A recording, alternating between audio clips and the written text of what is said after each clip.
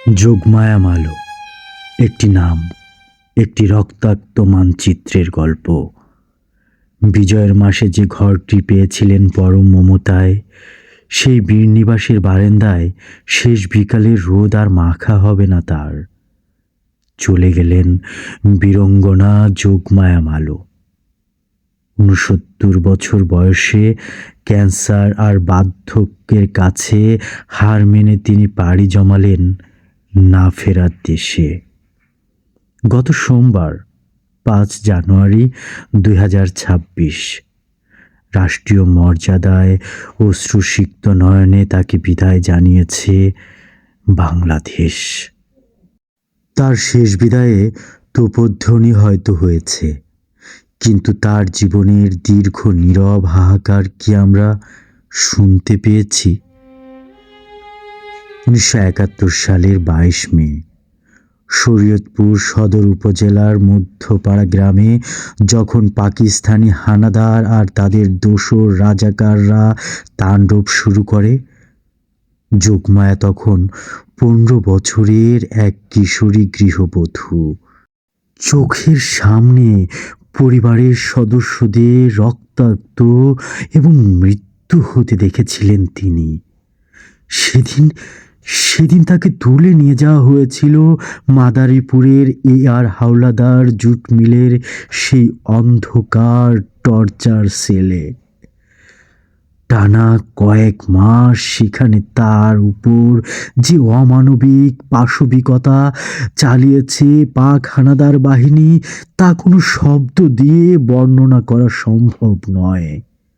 ১৯৭১ সালের ১৬ ডিসেম্বর স্বাধীন হলো আমাদের স্বদেশ। বাংলাদেশ পেল বিশ্ব ভূখণ্ডে এক স্বাধীন মানচিত্র। বীরঙ্গনা যোগমায়া মালো ফিরে এলেন পরিবারের কাছে। পরিবারের কাছে ফিরলেন ঠিকই, তবে দারিদ্রতা আর সমাজের সাথে তার যুদ্ধটা চালিয়ে যেতে হলো আজীবন। স্বাধীনতার দীর্ঘ সময় পর ২০১৮ সালে রাষ্ট্রীয়ভাবে তিনি বীরঙ্গনা স্বীকৃতি পান। কিন্তু স্বীকৃতির সনদ পেলেও দারিদ্রতার পিছু ছাড়েনি।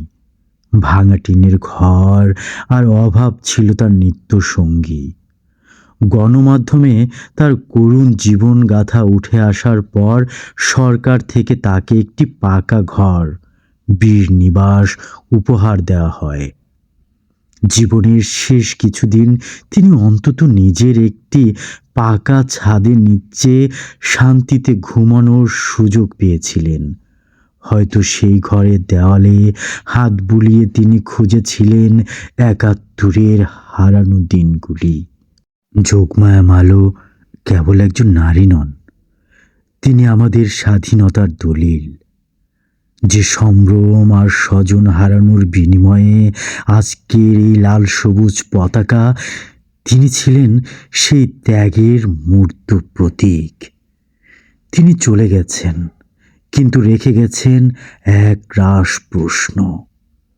আমরা কি পেরেছি তার জীবদ্দশায় তার প্রাপ্য সম্মানটুকু পুরোপুরি দিতে? শরীয়তপুরের মনোহর বাজার পৌরসভা শ্মশানে তার দেহটি ছাই হয়ে মিশে গেছে বাংলার মাটির সাথে। তার দেহ মিশে আছে বাংলাদেশের প্রতিটি ধুলোকণায়। যোগমায়া মালোরা মরে না, তারা হয়ে থাকেন ইতিহাসের ধ্রুবতারা। বিনম্র শ্রদ্ধা হে বীর জননী, আপনার ঋণ আমরা কোনোদিন শোধ করতে পারবো না। স্বাধীন অসাম্প্রদায়িক বাংলাদেশের এই লাল সবুজ পতাকার সাথেই বেঁচে থাকবেন আপনি।